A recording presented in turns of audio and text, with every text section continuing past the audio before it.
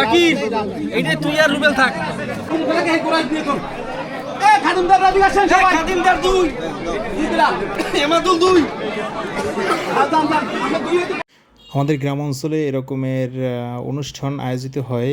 আর এই অনুষ্ঠানের মূল প্রতিপাদ্য বিষয় হচ্ছে, যদি কোনো লোক মারা যায় 3 দিনের মাথায় কিংবা 41 দিন পর এরকমের একটি খাবারের আয়োজন করা হয়। আর সেই আয়োজনে উপস্থিত থাকে কিংবা দাওয়াত দেওয়া হয় এলাকার লোকজনদেরকে কিংবা পাড়া প্রতিবেশী যারা আছে। তাছাড়াও মৃত ব্যক্তির জানাজায় যারা উপস্থিত ছিলেন তাদেরকেও দাওয়াত দেওয়া হয়, কিংবা এলাকার যে দুস্থ কিংবা অসহায় মানুষদেরকে এখান দাওয়াত দিয়ে খাওয়ানো হয়।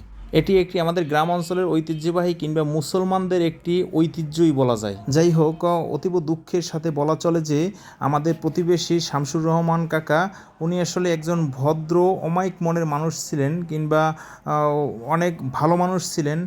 কিন্তু হঠাৎ করে ঈদের দিন বিকেলবেলা তিনি শেষ নিঃশ্বাস ত্যাগ করেন, যে বিষয়টি আমাদেরকে অনেকটা মর্মাহত করেছে। আমরা আসলে সবাই দুঃখে ভেঙে পড়েছিলাম। তারপর যেহেতু আমাদের চিরাচরিত নিয়ম অনুসারে একটি খাবারের আয়োজন করা হয়েছিল, তবে এই ক্ষুদ্র মিলাদের ব্যবস্থাপনায় ছিলেন আমাদের সাইদুল ইসলাম সাবু ভাই, যিনি আসলে এই অনুষ্ঠানটাকে বেশ ভালোভাবে অর্গানাইজ করেছেন।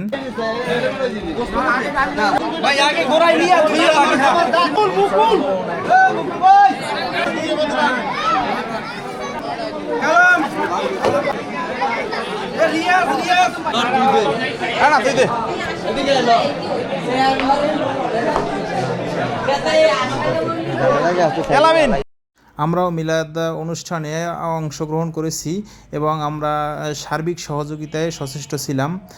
আরেকটি বিশেষ কথা হচ্ছে যে আমরা আসলে সবাই এই বিদেহী আত্মার মাগফিরাতের জন্য সবাই দোয়া করব, এবং আমরা আসলে এরকমের একটি আনসার্টেন বিষয়ের জন্য প্রস্তুত মোটেই ছিলাম না।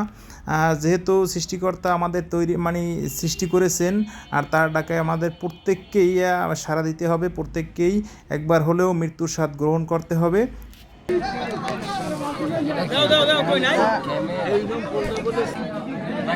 লাস্ট পর্যন্ত ভাতের খেতে এই ঠেকছে